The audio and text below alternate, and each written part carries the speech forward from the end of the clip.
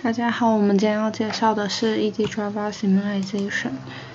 然后我们上次已经做到这里，球会自己弹上来、弹上去，然后做简谐运动。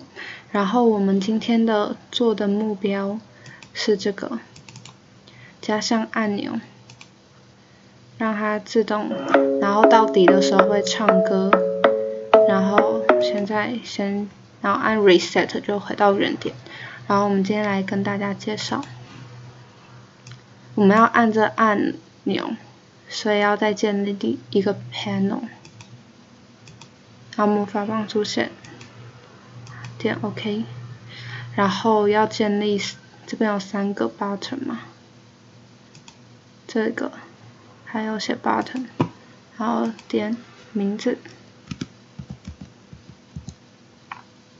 点 OK。再第2个 pose， 第3个 reset。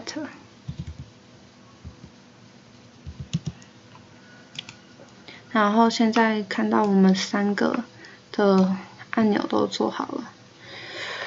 然后第一个按钮点2下，这个 on press 就是你花组按下去的时候它开始，然后这放开的时候开始，然后这个是点击一下的话开始，所以我们是要用这个，然后找到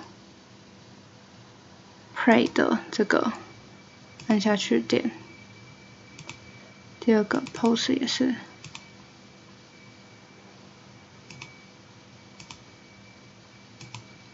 reset。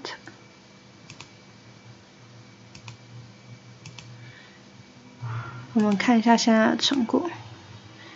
但是你看这个按钮对它来讲 play 没用，它就会，我们刚一进去的时候它就会自动跑嘛，所以我们现在要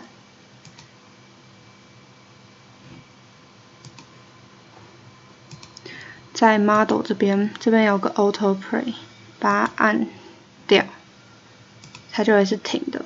然后我们按 play 的时候它才会跑。然后接下来我们是要加上音效，按喇叭这边也是魔法棒出现点 panel， 按 OK。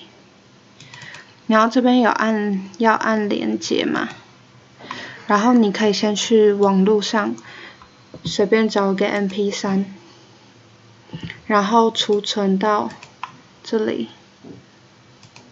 就是这边 Workplace 的 source 里面有上的，然后就一定要存在这 source 里面，要不然它连接不到。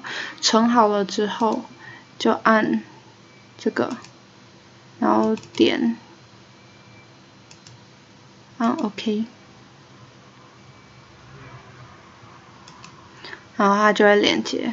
然后我们还要做一个，就是要告诉他说什么时候该发出声音，就是你要跟他说是 auto play， 然后是在这个时候 Y 减掉 ball size， 就是它就会到这里的时候，它就会开始播放。